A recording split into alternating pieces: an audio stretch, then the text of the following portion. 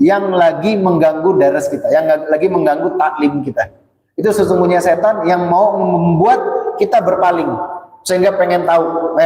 Maka hendaknya hal-hal seperti itu jangan digubris. Sampai seperti itu setan itu dalam mempengaruhi tolabul ilm, orang yang mencari ilmu. Kenapa? Sebab kedudukan orang yang mencari ilmu itu luar biasa. Sangat mahal kedudukan orang yang mencari ilmu. Kenapa? Mereka punya kedudukan yang luar biasa di sisi Allah Subhanahu wa taala. Bahkan Nabi SAW itu dalam doanya Rabbi zidni ilma, ya Allah tambahkan kepadaku di dalam ilmu. Warzuqni fahma, dan juga tambahkan juga di dalam kefahaman, di dalam ilmu tadi itu. Kenapa? Sebab orang yang mau di dalam belajar ilmu agama berarti mereka itu orang yang diinginkan oleh Allah dalam keadaan baik. Allah kepengen dia itu dalam keadaan baik. Man yuridullahu bihi khairan yufaqihu fiddin. Barang siapa yang Allah ingin kebaikan buat dia, maka Allah pahamkan dia dalam agama. Dalam riwayat lain, dalam ilmu fikih, Allah berikan kepahaman sama dia. Kenapa? Allah kepengen dia itu baik. Dan subhanallah, Allah hadirkan kita di sini. Kenapa? Allah pengen kita itu dalam keadaan baik. Allah pengen kita itu jadi orang yang berilmu. Allah kepengen kita jadi orang yang manfaat untuk hidup kita ini. Umur kita ini Allah kepengenkan manfaat. Allah nggak mau sia-siain umur kita. Makanya Allah kasih kumpul kita dengan orang-orang ahli ilmu. Kita dikumpulkan dengan orang-orang ahli majelis. Dikumpulkan kita dengan orang-orang yang gemarnya dalam membuat amal baik, dalam membuat ketaatan. Sehingga apa? Lingkungan kita itu dikumpulkan dengan lingkungan orang-orang ahlul jannah. Lingkungan orang-orang ahli-ahlinya surga. Kenapa? Sebab mereka yang ahli surga itu nampak sudah dari kehidupannya dia. Ketika dia gemar dalam kebaikan, ini termasuk orang yang ahli di dalam surga, ahlinya surga. Dan juga amal mereka orang ahli neraka itu dari dunia udah tercermin.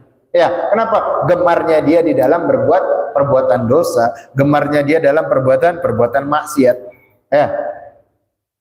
Sehingga seandainya mungkin kita nggak cerita kalau dia bertobat, atau takdir yang sudah Allah catat mungkin di akhir penghujungnya dia bertobat, atau mungkin orang ahli ibadah di penghujung takdirnya dia murtad, kita nggak cerita itunya. Kita cuma cerita kebiasaannya. Yang mereka ahli surga itu udah nampak dari kehidupannya. Dia itu orang yang bahagia. Kenapa? Senang akan kebaikan, duduk di majelis, merasakan kenikmatan duduk di majelis, duduk di kajian, duduk di majelis ilmu. Sehingga apa? Dia senang dengan di situ. Kenapa? Syukur terhadap nikmat yang Allah berikan sama dia.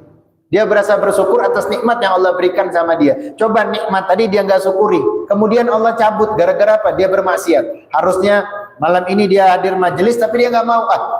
Gara-gara apa? Mungkin dia lihat maksiat. Dia lihat maksiat sehingga malam nanti aja ke majelis.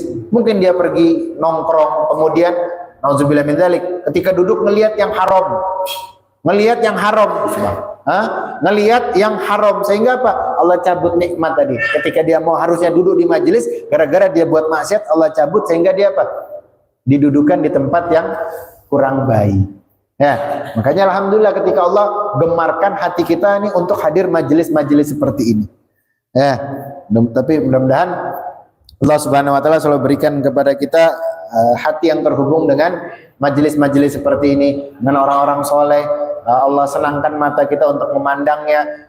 Allah berikan kita kesehatan, kemampuan, kekuatan untuk kita duduk dengan orang-orang soleh, hadir dengan orang-orang soleh, memandang kepada mereka. Sebagaimana dikatakan hum qaumul ladzi la yasqu bihim jalisuhum. Barang siapa orang yang duduk bersama orang-orang yang baik, maka dia tidak akan disia-siakan, tidak akan dihampakan oleh Allah Subhanahu wa taala. Sebab apa? Duduk bersama orang yang baik. Kalau duduk aja, duduk bersama mereka itu Allah nurunkan rahmat. Kita yang bukan orang baik dapat rahmat. Lantas bagaimana kalau kita bersahabat? Kita dekat dengan dia, kita bersama dengan dia, kita jalin hubungan sama dia, pasti akan lebih yang diberikan oleh Allah Subhanahu wa taala. Dan yang sedikit ini bisa memberikan manfaat buat kita, memberikan amal buat kita, nambah cinta kita kepada majelis ilmu. Kurang afdol seandainya perkumpulan kita ini tidak ditambahkan dari nasihat dari guru kita, dan mudah-mudahan Allah Subhanahu wa taala berikan beliau juga kesehatan, afiat, keberkahan dalam umurnya, digabulkan semua hajat-hajatnya. Kita minta kepada beliau, fadlik.